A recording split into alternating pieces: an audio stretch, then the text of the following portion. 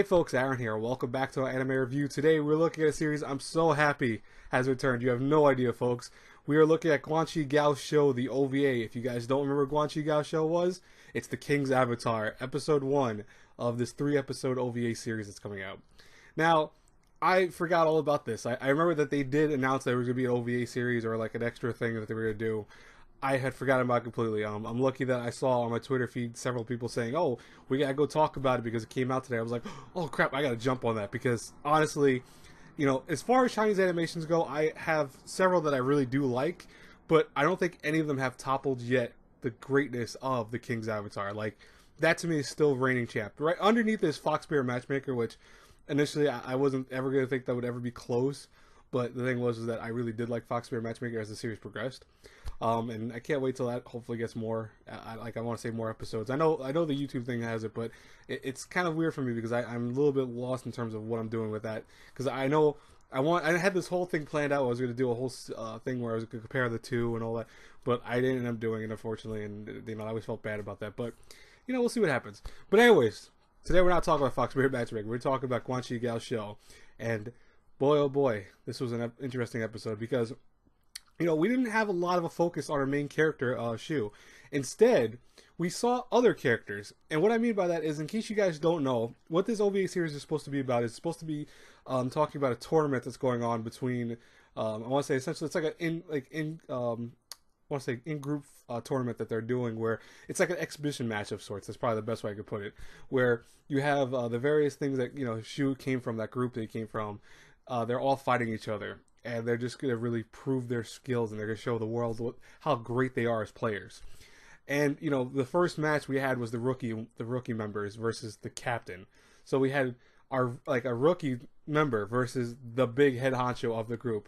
And I was like, what the hell? That seems kind of messed up. And then what's funny is Shu was there because he still has a presence in this OVA, it looks like.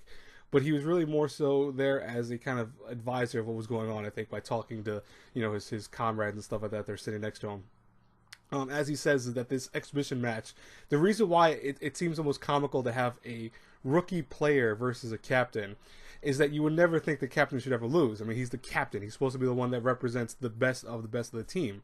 But, it also shows that if he lets himself lose, that does make it look like he's not that strong of a character. And then meanwhile, a rookie member going against him has to prove that they have skills. So it's like they have to try to beat him. But, it's like it's a blend of where you don't want to be a tryhard and do this thing where you think, oh, I'm going to win this no matter what. You want to make the match, I want to say, go on and be interesting. So you want to make it an event. And our first match definitely was that. I mean, we had this rookie member, I think his name was Guao. He fought against the captain, and it looked like he was on the ropes a few times, but he used all of the stuff that he learned from the captain about his mage character and was able to unleash a torrent of attacks on him to the point that he actually came out on top. He beat the captain. And I was wondering, how the captain would respond to that. Like, would the captain get pissed off? Or, instead, he came over to him, he goes, you're the honor. You have the honor of being, like, what essentially is leading our team. You're the one that's going to be setting forth in the future as one of the better members. I thought that was kind of sweet. It's like, oh, that's to show a younger character of a team that you have the ability to rise up the ranks because of your skills. That's actually really nice. I took that as a nice sentiment, if anything. I still don't know if I trust his captain for some reason. Like, something about him was a little bit off, but he seemed like he had general intentions of good intentions to, give him that praise. And then the second match happened between another rookie character and another higher up, and that went horrible. The rookie member wanted to use a demon-like beast class where he wanted to prove that he was the better demon beast user than this other guy that's his main character, and he got the floor handed to him. Like he lost pretty damn fast, and it was pretty funny because you saw that he was so downtrodden by that because he's like, here I am wanted to do just what the other guy did. The other rookie beat the captain. He wanted to prove himself by using a class that was essentially not his main class. But unfortunately, as you comes out to meet him later on, and I don't know if this guy knows who he is because he's not the main of the main team anymore. Excuse me, he's not of the main team anymore. If I get the words out of my mouth, he tells him that you made a mistake because here you are using a class that you probably are very good with, but against someone that has a lot more training, a lot more expertise in it. And you know, if you make a mistake, and that makes sense. I mean, if you ever play a video game and you ever play something that has like PvP aspects to it or player versus player aspects to it, you know, you have to be careful because if you try to show yourself as like, oh, I'm the better archer versus this guy, you better be prepared to do that. You know, you have to know every single attack you have. You know, you have to know how to use your archer to the fullest abilities, because lo and behold, if this person above you now is stronger than you and has been playing the game longer, they know the nuances of this character.